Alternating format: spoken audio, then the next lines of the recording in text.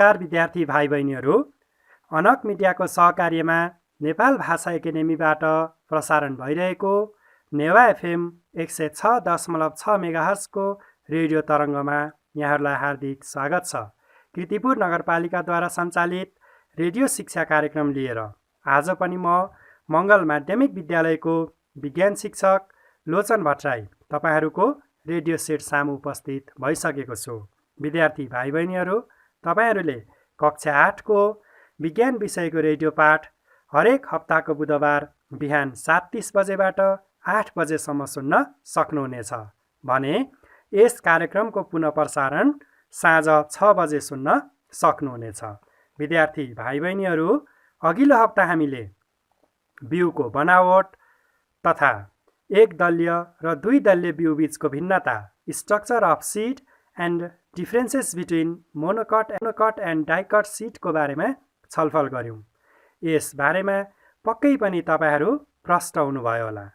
भाइ बहिनीहरू, आज हामी बिउको काम, छराई र अङ्कुरण, function, dispersal and germination of सीडको बारेमा छलफल गर्नेछौँ।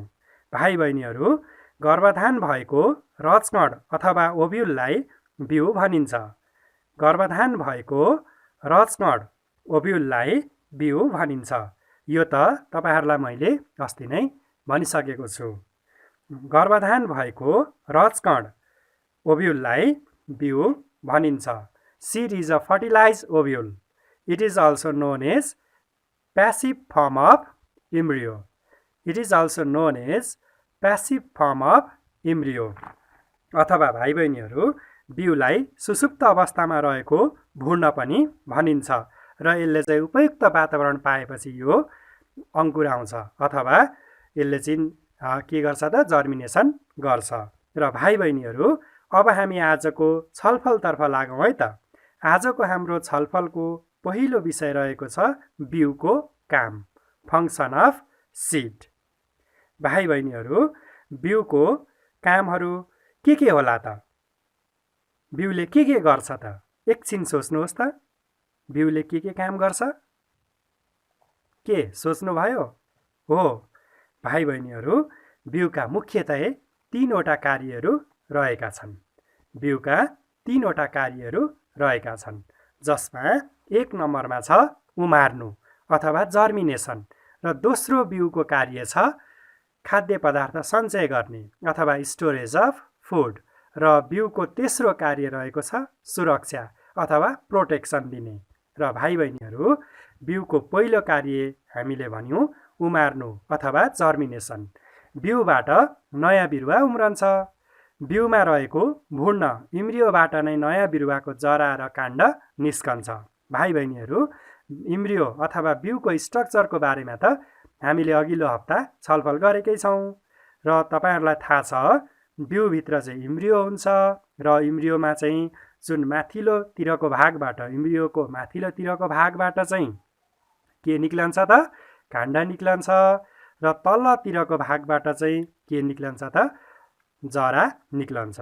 र इम्ब्रियोको जुन माथिल्लोतिरको सानो पात आकारको सानो टुसा जस्तो भागलाई चाहिँ हामीले प्लुमियल भन्छौँ, र plumule is the future shoot of plant, र यो प्लुमियल चाहिँ भविष्यमा गएर बिरुवाको काण्ड बन्छ भने इम्ब्रियोको तलतिरको सानो सियोको टुप्पो जस्तो भागलाई चाहिँ हामी के भन्छौँ त? रेडिकल भन्छौँ, र radicle is the future root of plant, र यो रेडिकल चाहिँ भविष्यमा गएर बिरुवाको के बन्छ त?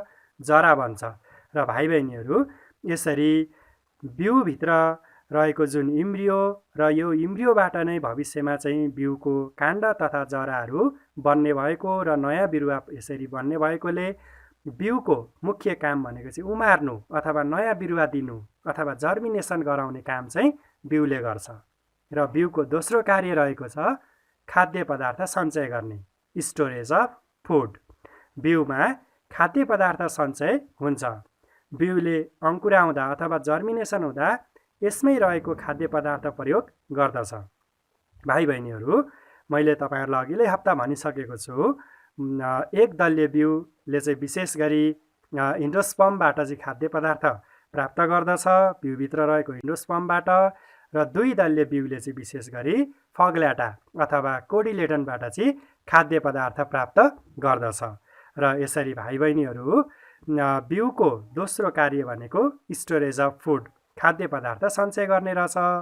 र तपाईँहरूलाई थाहा नै छ बिउको चाहिँ बिउ अवस्थामा यसमा त पातहरू पलाएका हुँदैनन् र यदि हरियो पातहरू छैनन् भने यसले कहाँबाट खाद्य पदार्थ प्राप्त गर्दछ त भन्दाखेरि यो बेलामा बिउले चाहिँ बिउभित्र रहेकै इन्डोस्पर्म तथा फग्लेटाहरू कोडिलेटनहरूबाट खाद्य पदार्थ प्राप्त गर्दछ।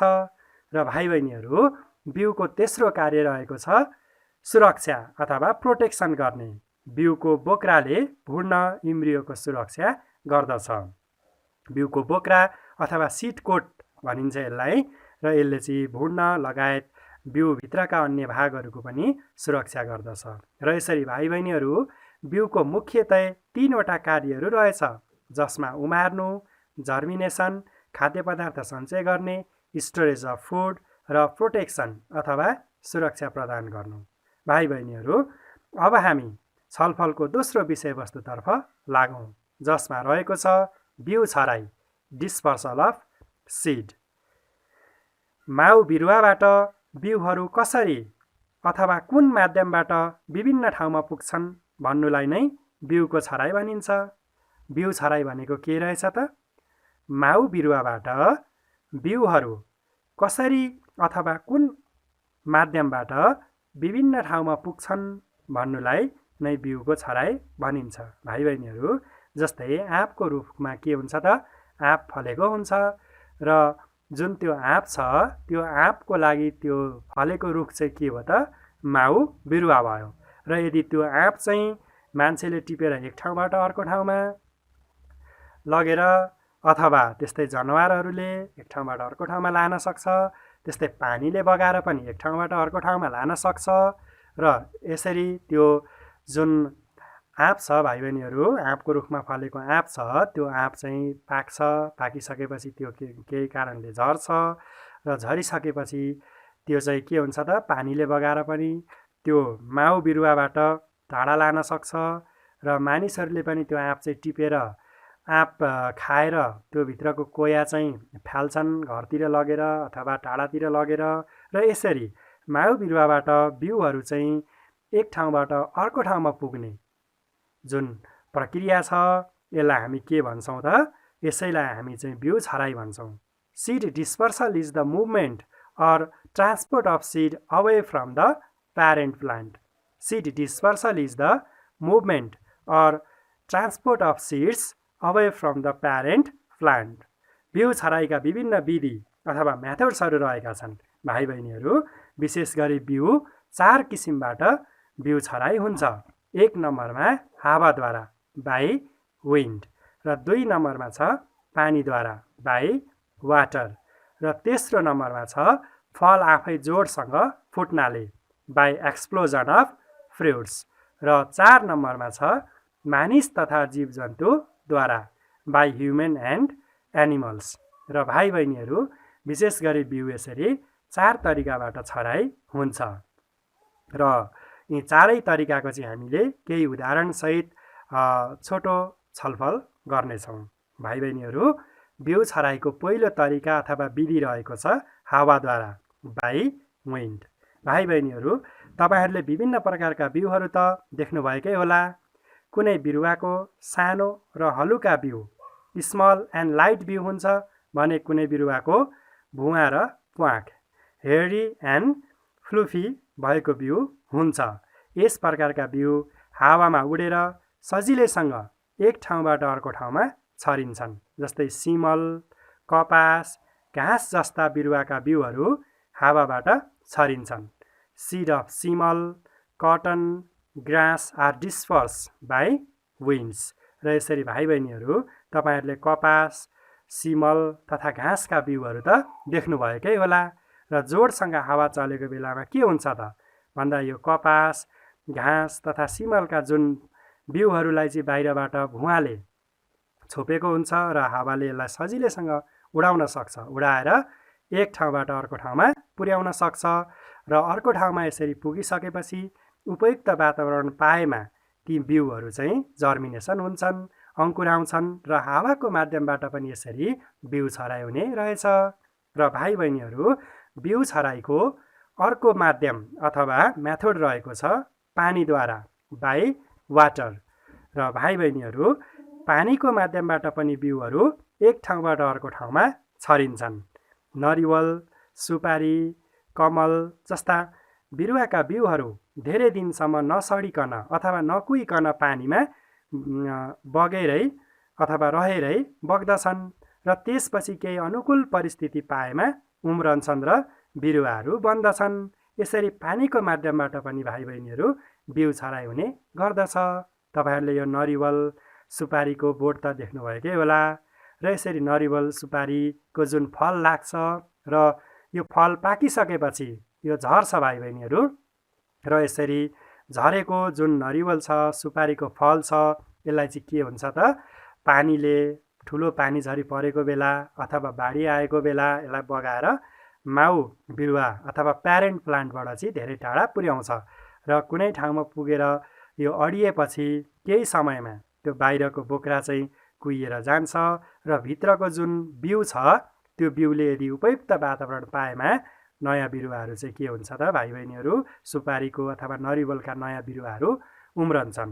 तपाईँहरूले खोलाको किनारतिर कतै नरिवल तथा सुपारीका बिरुवाहरू उम्रेको देख्नुभएकै होला। यो पनि के भएको रहेछ त, कुनै ठाउँबाट चाहिँ पानीले नरिवल तथा सुपारीका बिउहरू चाहिँ बगाएर ल्याएर त्यहाँ अडिएर उपयुक्त वातावरण भएपछि उम्रिएको रहेछन्। र भाइ बहिनीहरू, यसरी पानीको माध्यमबाट, बाई वाटर अथवा पानीको माध्यमबाट पनि बिउ छराइ हुने रहेछ। र त्यस्तै गरी बिउ छराइको अर्को माध्यम अथवा मेथड रहेको छ फल आफै जोडसँग फुट्नाले, बाई एक्सप्लोजन अफ फ्रुट्स। केही बिरुवाका फल पाकेपछि आफै जोडसँग फुट्छन् र त्यसमा रहेका बिउहरू वरिपरि छरिन्छन्। जस्तै तिउरी, केराउ, आलस, त्यस्तै गरी तिल र यिनीहरूको फलहरू चाहिँ भाइ बहिनीहरू, तिउरी, केराउ, आलस, तिल, यिनीहरूको फलहरू चाहिँ जुन पाकिसकेपछि जोडसँग फुट्छ र फुटेपछि त्यो भित्र रहेका दानाहरू चाहिँ के हुन्छन् त, वरिपरि छरिन्छन् र छरिएपछि उपयुक्त वातावरण पाएमा पछि बिरुवाको रूपमा उम्रन्छन्। र यसरी चाहिँ भाइ बहिनीहरू, some plants fruits burst itself forcefully and its seeds disperse in the surroundings. Example, balsam, pea, sloth, sesame.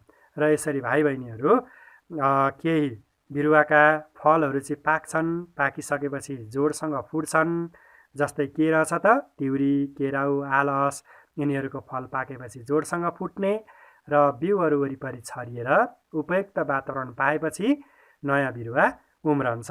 र यसरी फल आफै जोडसँग फुट्नाले पनि बिउ छराइ हुने रहेछ। र भाइ बहिनीहरू, बिउ छराइको अर्को मेथड छ मानिस तथा जीवजन्तुद्वारा, बाई ह्युमन एन्ड एनिमल्स। मानिसले एक ठाउँबाट अर्को ठाउँमा विभिन्न बिउहरू ओसार पसार गरी बिरुवा उमार्छ। कतिपय बिउमा बाहिर काँडा हुन्छन्। त्यस्ता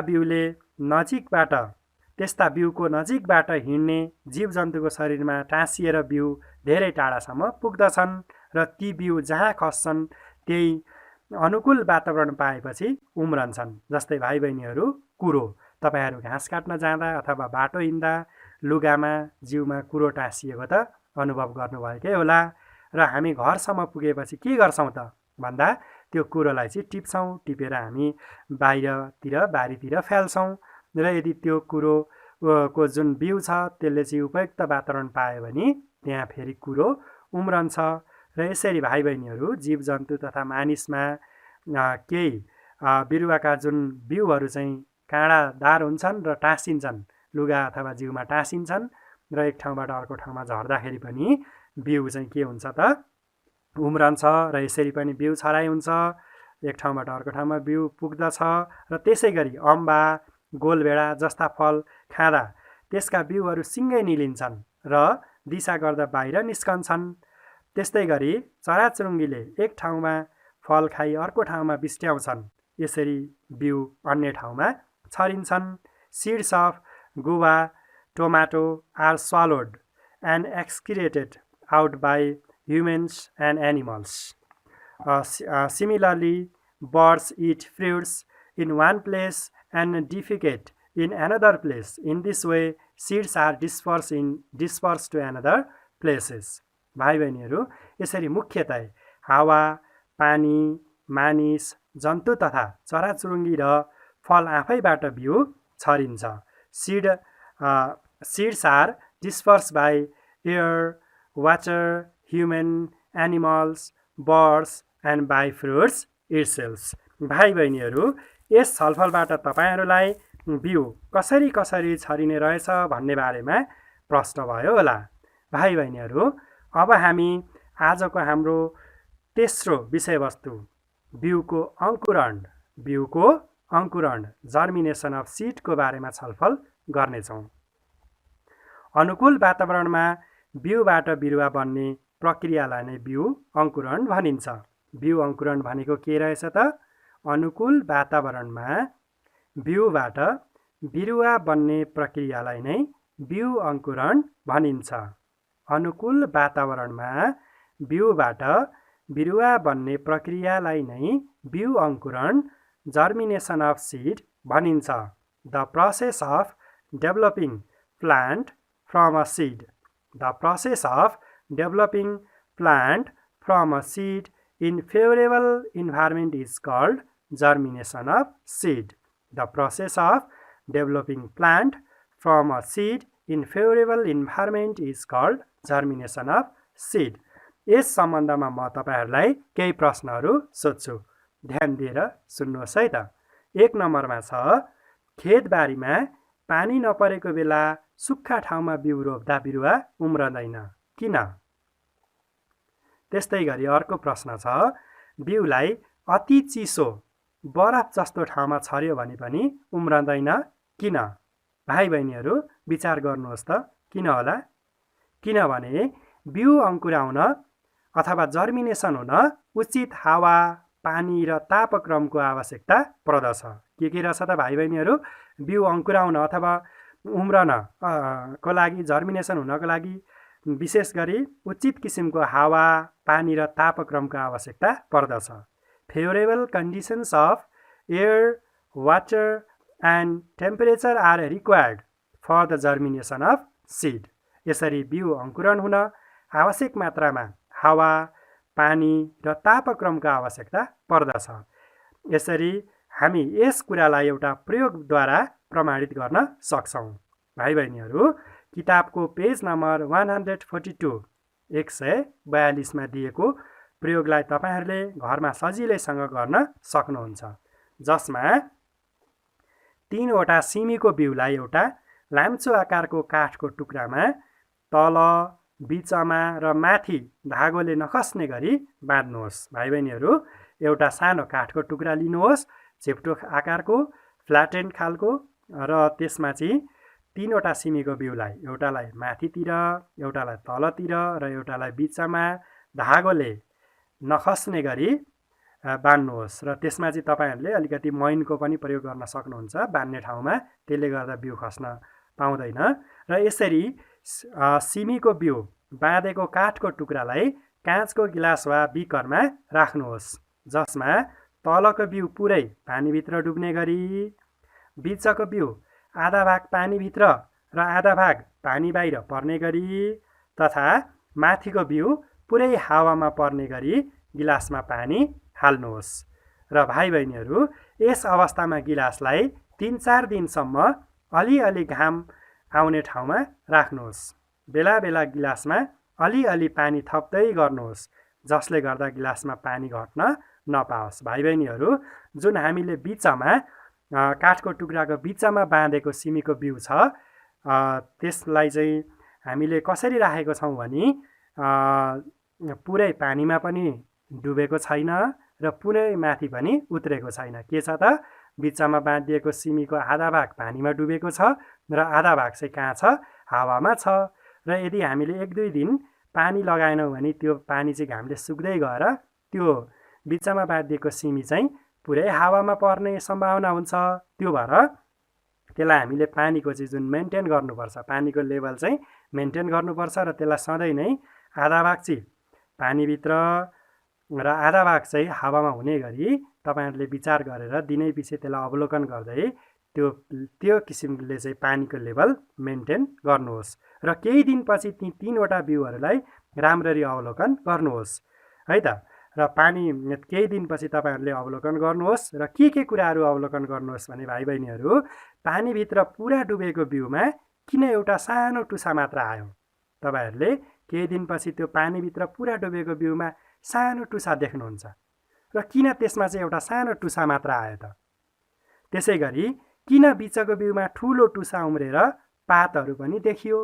बिचको जुन बिचमा बाँधेको बिउमा त भाइ बहिनीहरू सानो टुसा पनि उम्रेर अलि ठुलो टुसा उम्रेर केही पातहरू पनि देखिन्छ।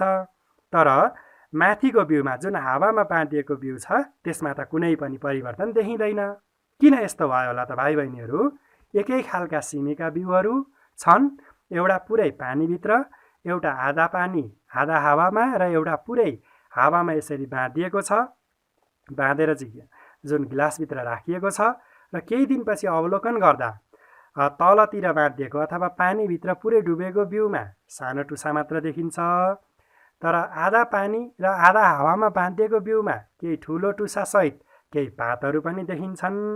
तर हावामा बाँधिएको बिउमा कुनै पनि परिवर्तन देखिँदैन। किन होला?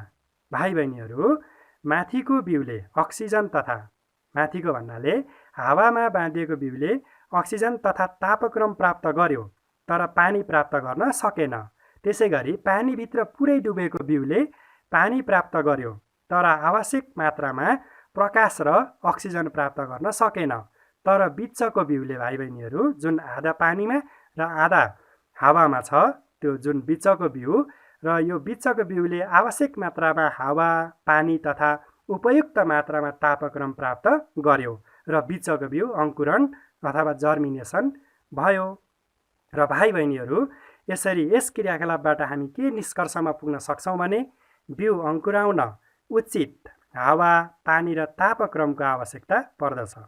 बिउ अङ्कुराउन अथवा उम्रन, जर्मिनेसन हुनको लागि के आवश्यक पर्ने रहेछ त?